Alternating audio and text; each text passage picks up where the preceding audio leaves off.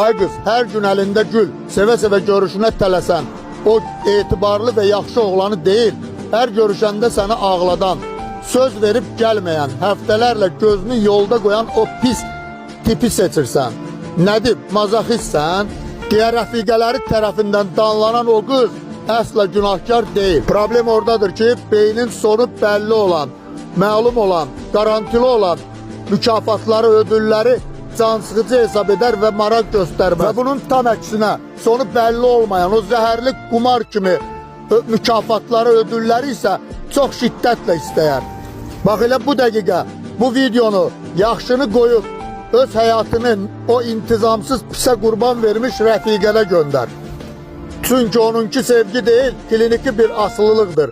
Beyin 3 gün itib bir gün tapılan o intizamsız hərfə görə şiddətli və davamlı dopamin ifraz edər. Elmdə buna fasiləli möhkəmləndirmə deyilir. Bunun eynisi qumarbazlarda da olur və onun yaratdığı stres və narahatçılıqdan ürək elə çırpınır ki, az qala köksünü parçalayıb çıxacaq, qarnına sancılar və ağrılar dolar.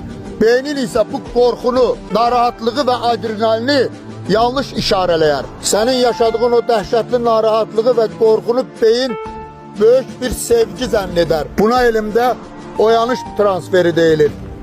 Sən ona aşıq deyilsən, sadəcə intizamsız və xaotik davranışlarının yaratdığı şiddətli dopamin ifrazının asılısısan. O kazino aparatı kimi səni özündən asılı edən adamın yanından qalx və get. Ziyanın harasından qayıtsan, o da bir xeyirdir.